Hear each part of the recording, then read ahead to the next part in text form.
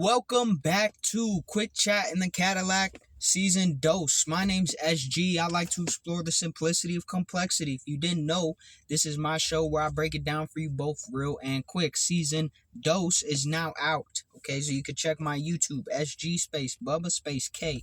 In all my YouTube, you go to that little playlist section, you click Season 1 and get your life right. Then you click Season 2 and continue to get your life right. You feel me? Today we got to talk about something, man. We got to talk about opportunity cost. What is opportunity cost? Well, I'm going to define it for you. Opportunity cost is actually a term that's used most likely in the business realm. And essentially what it means is, if I don't take this opportunity, what could it potentially cost me? If we choose this, what opportunity is this that I won't be able to choose anymore? It's basically evaluating different solutions to your life. And I wanted to talk to you about opportunity cost, not particularly for business today, but I guess that's included. I wanted to talk to you about opportunity cost today so you could understand what it means to incorporate opportunity cost assessment into your life.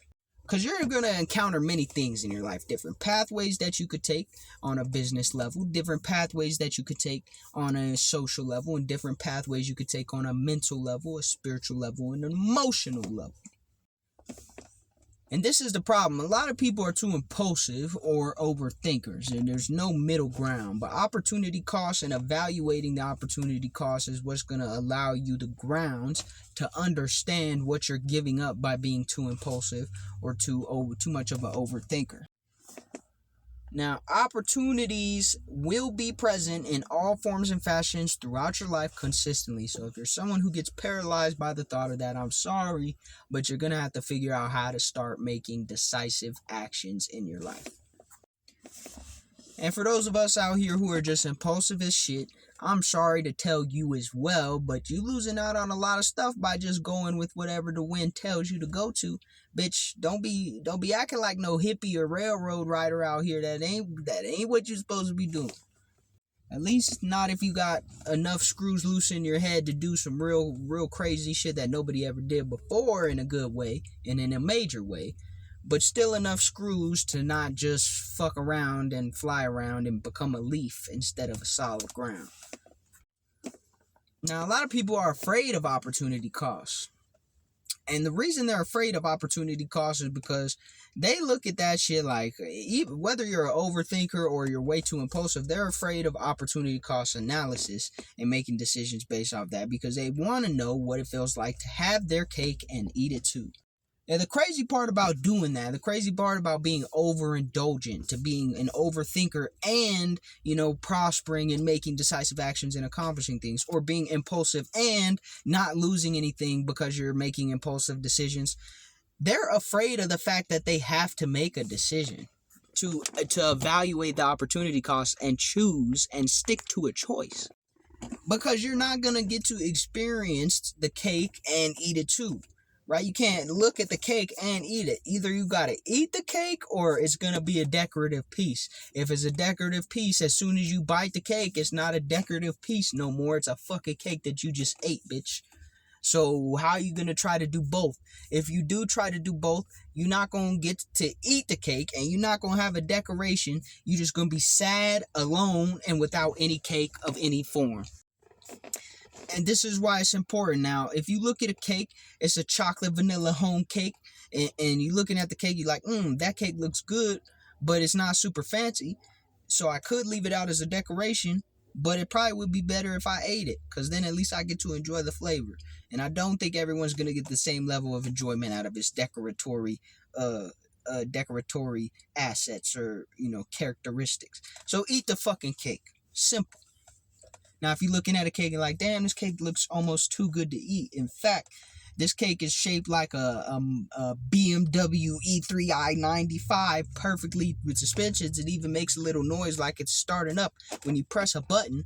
Then maybe don't eat that cake. Okay, that cake was clearly made for you to see and admire.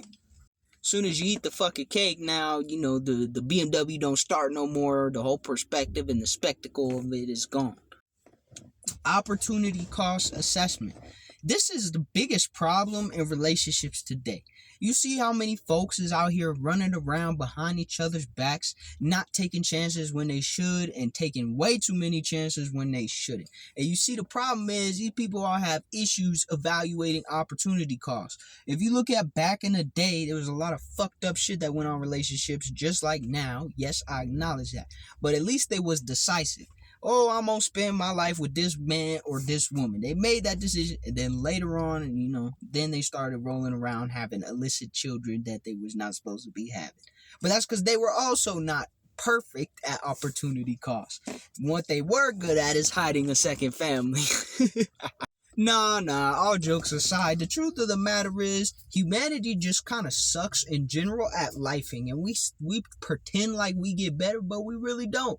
It's few key individuals out here who really see that shit, and it makes them sad, man. That's why they say the more you know, the less you want to know, because if you really look into human behavior, man, that shit'll make you sad. It'll make you lose faith in the world unless you strong like me, in which case it'll make you a fucking nutbag. Pause if necessary. Make you a nutcase, bro, for real. That's how people look at me, because I know, I've learned about humanity, and still I have hope. I must be crazy. Regardless of me, though, I also have a tendency to evaluate opportunity costs. And when you evaluate opportunity costs, you got to act on them. I know that as well. And guess what that means? That means I take a lot of losses. It is what it is. I take a lot of losses. I also take a lot of W's, man. I be getting them W's as well. But it comes with the territory. You got to take a loss every now and then, straight up. That's just how it goes. And people be so afraid to let other people know that they take losses. They want to look like the big bad boss, or they're so afraid to even take a loss in the first place that they won't do shit. Like, fuck that, bro. I mean, first of all, who gives a shit what anyone thinks? If I'm evaluating opportunity costs, the only thing I'm not evaluating is, what opportunity am I missing out on if everyone thinks I should choose this? What? It's no opportunity in pleasing the people. The people don't even know what the fuck they want. Matter of fact, people are told what they want by other people. And if it's a bigger group of people, then they'll probably listen more. That's how stupid they fucking are. Even if it's the completely wrong answer. So opportunity cost is something that you have to do internally. That's an assessment you have to make internally and figure out what's important to you. If loyalty is important to you, then you got to make sure that despite all the temptation out here, you being loyal to the people whom you've chosen. Now, if safety is important to you, you got to make sure that you're providing comfort to people around you so they can provide safety to you. All right, that's an opportunity cost evaluation. There might be something that looks shinier. There might be something that looks safer. But what matters to you? Do you like shiny things? Do you like experiences? If you don't take the shiny things in favor of comfortability, you always wonder about the shiny thing, right?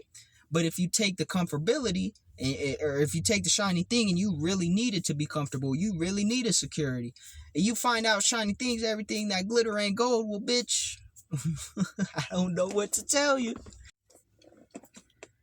It's another one of those things that it's a question I can't answer for you.